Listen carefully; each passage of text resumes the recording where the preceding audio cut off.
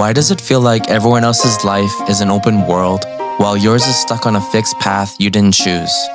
You show up, you try, you tick all the boxes, and still nothing seems to move. The core idea of this video is simple. A lot of the time, you're not in the wrong place. You're just trying to do the wrong kind of work for the season you're in. The Legend of Zelda Oracle of Seasons is basically one long lesson about that, wrapped in a small Game Boy game. So I want to use it as a way to explain 3 things. How to think about the season you're currently in. Why a linear life isn't automatically a bad thing. And why real change tends to happen at specific anchor points, not everywhere at once. As you're watching the footage, treat Holodrum as a map for your own life and see where it lines up. Part 1. Seasons are mechanics, not just moods. In Oracle of Seasons, the Rod of Seasons lets you shift the world between spring, summer, autumn, and winter, whenever you're standing on a stump. The land itself doesn't change identity. Holodrum is still Holodrum. The dungeons don't move. The geography is basically the same. What changes is how the same world behaves. Winter, lakes freeze and snow piles up. Places that used to be dangerous or unreachable become walkable. In summer, water dries up, vines and thick growth appear, and some roots open while others close. In spring, flowers and vines show up and gently open the world upward. In autumn, leaves fall, mushrooms grow large, and ending energy turns into platforms that push you forward. There is no best season. There is only the right season for this obstacle. If you're stuck in the game, it's rarely because you're bad at Zelda, or maybe you are. It's usually because you're trying to solve a winter puzzle with a summer mindset. Most of us don't extend that same logic to our own lives. A slow month immediately becomes unproductive. Tired weeks are labeled as burnout. Quiet periods where results aren't obvious get written off as wasting time or falling behind. But Oracle of Seasons suggests a different way to frame it. What if this phase isn't failure? It's just a different kind of work that you're trying to force. Some phases of your life are spring phases. They're meant for starting things badly, planting seeds, trying new routines, and trying new ideas that look small and unimpressive from the outside. Some phases are summer. You have energy, resources, or opportunities, and your job is to lean in, even if it feels intense and packed. Some phases are autumn. Certain things are clearly fading out, and the important move is to allow them to end, so there's room for something else. And some phases are winter. On the surface, nothing looks like it's happening, but inside, your priorities are shifting, and old patterns are freezing into shapes you can finally see. If you expect every season of your life to behave like peak summer, you'll constantly feel broken. In Oracle of Seasons, when the lake isn't frozen, you don't rage at it for not being ice. You change the season, or you accept that this isn't the time to cross here. In real life, the mindset shift looks like this. Instead of, why am I not sprinting right now? You ask, given the season I'm actually in, what kind of progress makes sense?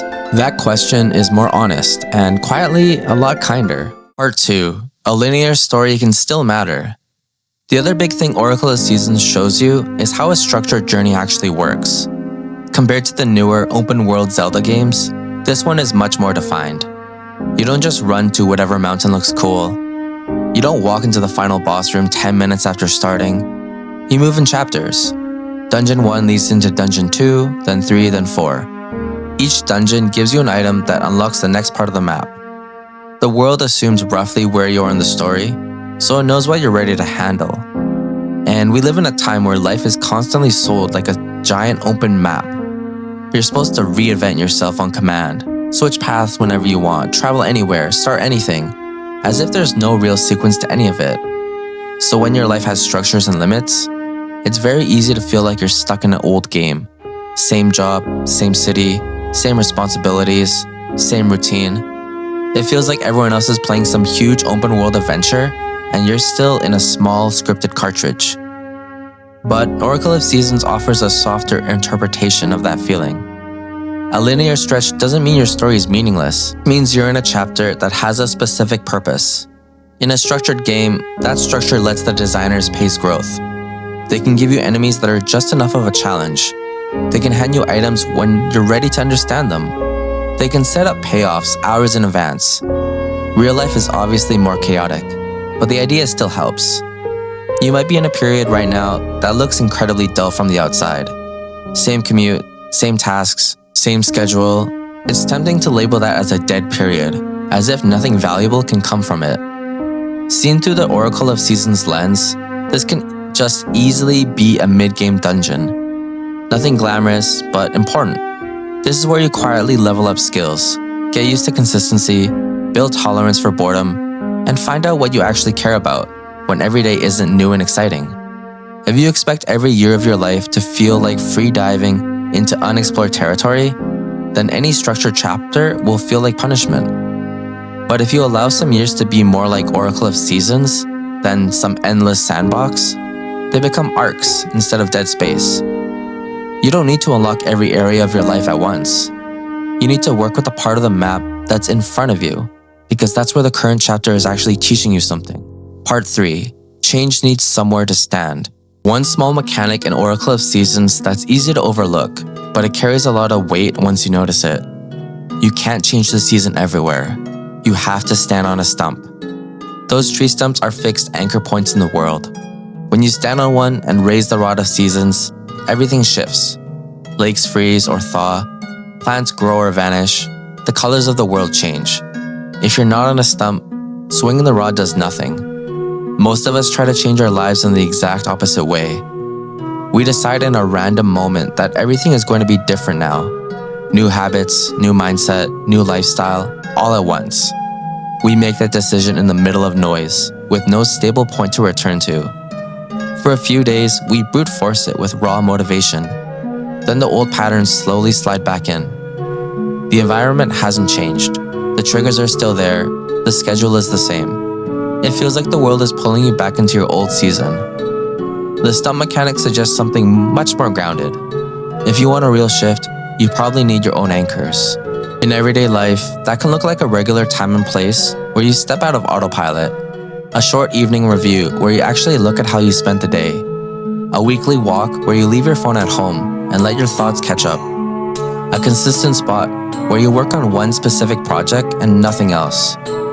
Those things don't look dramatic, but over time they turn into the stumps where your internal seasons actually flip. In the game, if you walk past the stump and refuse to stop, you stay in the wrong conditions and stay stuck.